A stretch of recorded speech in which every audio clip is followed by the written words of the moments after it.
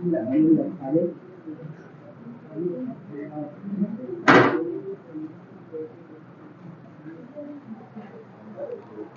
કરી દીધું. ઓકે, વિભાગ ડી ધોરણ 10 વિજ્ઞાનની વાત ચાલી રહી છે. આ ગુજરાતી મીડિયમ, ઇંગ્લિશ મીડિયમ ને હિન્દી મીડિયમ ત્રણેયને કામને લગતા પ્રશ્નો છે. બરાબર, સમજો કે આટલા ક્વેશ્ચન તૈયાર કરો, બરાબર, એની બહારનો પ્રશ્ન નીકળે છતાં પણ એ ઓપ્શનમાં હશે. હું જે સમજો છે સમજો. આની હું લખાવું છું અત્યારે, એની બહારનો કદાચ સપોઝ નહીં જ નીકળે, પણ સપોઝ નીકળ્યો તો પણ એ ઓપ્શનમાં હશે. એટલે કે તમારો વિભાગ ડી આટલું તૈયાર કર્યું હશે એટલે બધા સવાલ તમે લખી શકશો. વિભાગ ડી તમે આરામથી ક્રેક કરી શકશો. બરાબર, મજૂરી કરતા નહીં, આટલું વાંચજો. બરાબર, ચાલુ કરીએ છીએ. લખો.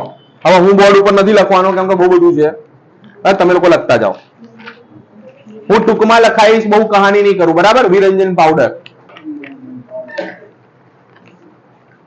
આ 2024 માં પૂછાયેલું, માર્ચ 2024 માં પૂછાયેલા સવાલ. હું પેપર બોલતો રહીશ એટલે તમને લોકોને આઈડિયા રહે.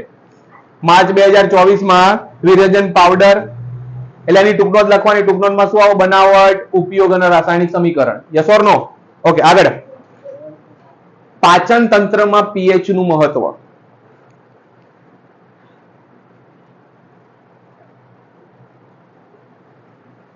દાંતમાં પીએચ નું મહત્વ એટલે દાંતમાં પીએચ નું મહત્વ એટલે દાંતનો સડો થાય છે એ બધું લખવાનું જો. તો હવે આ બે તૈયાર કરવા આવી ગધા મજૂરી કરી એની બાજુમાં લખી નાખો દૈનિક જીવનમાં પીએચ નું મહત્વ. એટલે બધા વાંચી નાખવાના એકવાર. બરાબર, એમાં ખાસ જમીન વાળું વાંચવાનું કેમ કે જમીન વાળા ઉપરથી એક સવાલ આવે છે તો જમીનની પીએચ ઘટી જાય તો શું થાય અને એના માટે શું કરવું જોઈએ. બરાબર,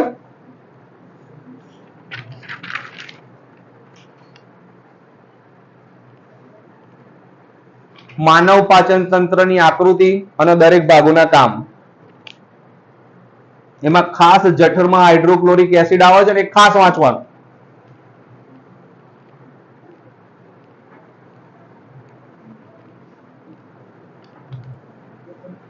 લખો ટૂંકનો જ લઘુ દ્રષ્ટિની ખામી.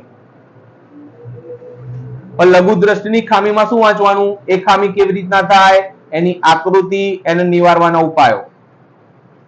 એમાં કેવા પ્રકારના ચશ્મા પહેરવા જોઈએ, કેવા પ્રકારના લેન્સ વાળા, બહિર્ગોળક, અંતર્ગોળક, વોટેવર. બરાબર, તમને શું લખાયું? લઘુ દ્રષ્ટિની ખામીની ટૂંક નોંધ, ગુરુ દ્રષ્ટિની ખામીની ટૂંક નોંધ. હવે આ તમને કદાચ એવી રીતના પૂછી શકો છેલ્લી પાટીલે બેહેલો વ્યક્તિને વંચાતું નહીં. બરાબર, એ તમે ક્લિયર કરી લેજો કે તમને ખબર પડી જાય કે લઘુ દ્રષ્ટિ આવે, ગુરુ દ્રષ્ટિ આવે. વાંચજો તો ખબર પડશે. લખો મોસ્ટ એમપી ઘરેલું વિદ્યુત પરિપથની આકૃતિ, નામ નિર્દેશન વાળી.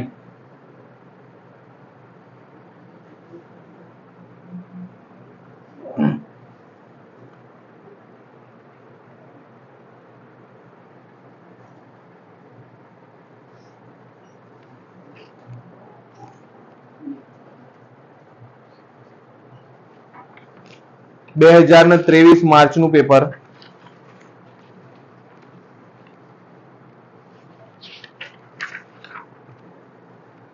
ઉત્સર્જન ટૂંકનોંધ. ટૂંકનોંધમાં શું આવે? ઉત્સર્જન એટલે શું? માનવ ઉત્સર્જનની આકૃતિ દોરો અને એની રચના સમજાવો. Most MP. પછી સ્ત્રી પ્રજનન તંત્રની આકૃતિની રચના અથવા તો વર્ણન, વોટેવર. બીજું ટૂંકનોંધ લખો પ્રકાશનું વિભાજન. પછી બીજું લખો બીજી ટૂંકનોંધ એનાથી આગળ પ્રકાશનું વક્રીભવન.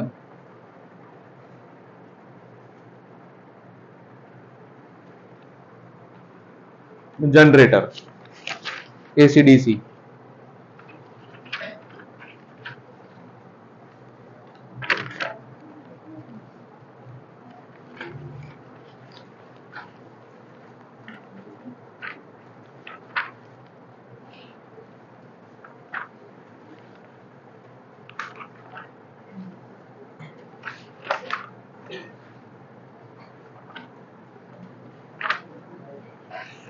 માર્ચ 2022 નું પેપર. તફાવત સોરી મારાથી મિસ્ટેક થઈ ગઈ.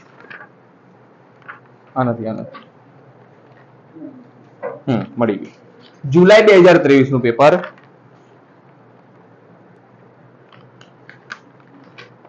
લખો મોસ્ટ ટાઈમ સાબિત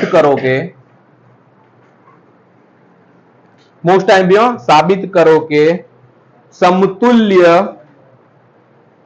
અવરોધનો વ્યસ્ત એ દરેક અવરોધના વ્યસ્તના સરવાળા બરાબર હોય છે.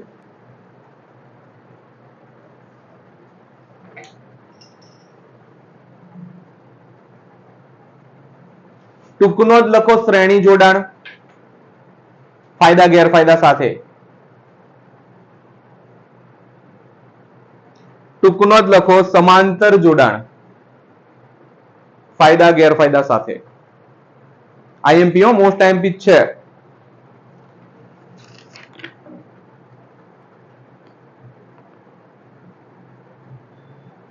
જો ફરીથી રિપીટ આવ્યું. મનુષ્યનું પાચન તંત્ર પૂછ્યું છે, મનુષ્યનું ઉત્સર્જન તંત્ર પૂછ્યું છે. રિપીટ બરાબર, એટલે તમે સમજી જજો કે આઈએમપી છે.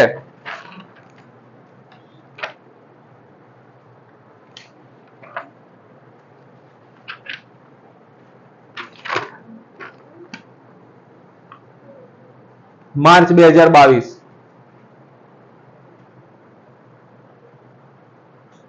જો આઈએમપી પાચન તંત્રમાં છૂટા પડતા ઉત્સેચકોના નામ, સ્થાન અને કાર્યો. પોષણ એટલે શું? પોષણના પ્રકારો. પોષણ એટલે શું? પોષણના પ્રકારો. કાર્યો અને સ્થાન. આગળ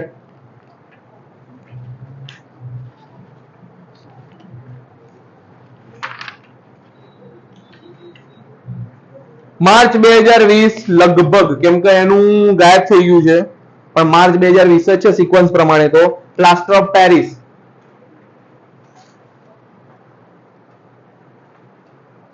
આગળનો સવાલ, આલ્કોહોલ અને ગ્લુકોઝ જેવા સંયોજનો હાઇડ્રોજનો ધરાવે છે. મોસ્ટ ટાઈમ પરંતુ તેઓ એસિડની માફક વર્ગીકૃત કરી શકાતા નથી.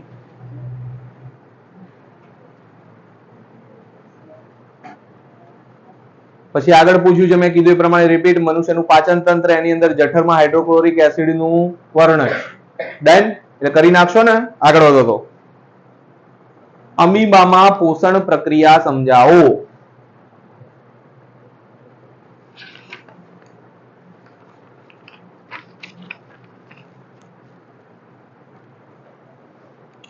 આગળ R1 R2 અને R3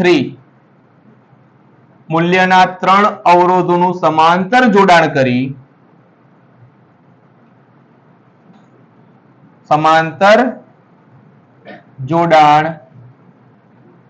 કરી તેમના સમતુલ્ય અવરોધનું સૂત્ર પછી આ લખી નાખો તારવો.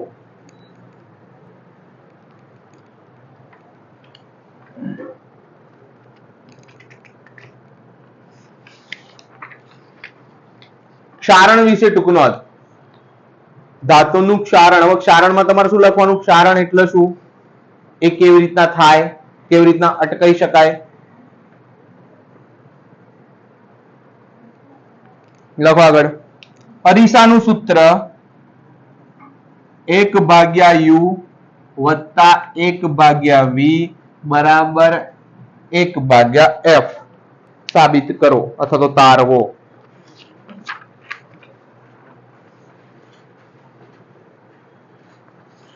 પાચન તંત્ર વળી પાછું પૂછાયું છે.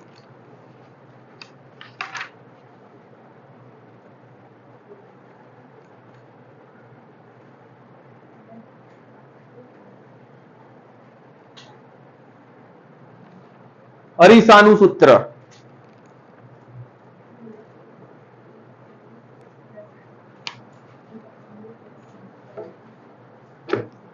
શ્વસન એટલે શું? શ્વસનની આ શ્વસન તંત્રની આકૃતિ, શ્વસનના પ્રકાર સમીકરણ સાથે સમજાવવાના. આ ખાસ જારક શ્વસન અજારક શ્વસન સમજાવવાનું.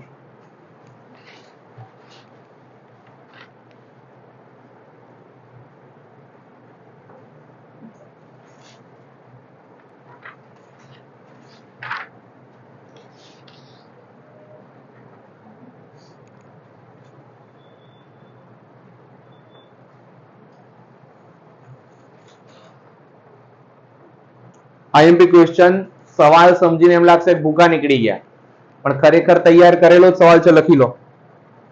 પ્રજીવોમાં થતી પોષણ પદ્ધતિ સમજાવો. થઈ ગયું ને? એનું એ થયું, પણ આવી રીતના પૂછો તો હેરાન થશો.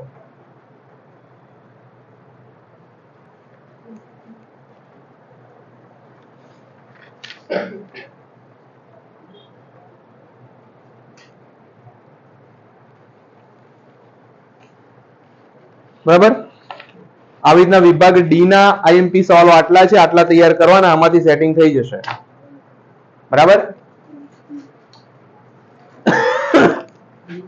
બોલો ડન. હવે આજે વિભાગ સી ઉપર. બરાબર? ભૂસી નાખું ના? બે અટકાઈ દે ને.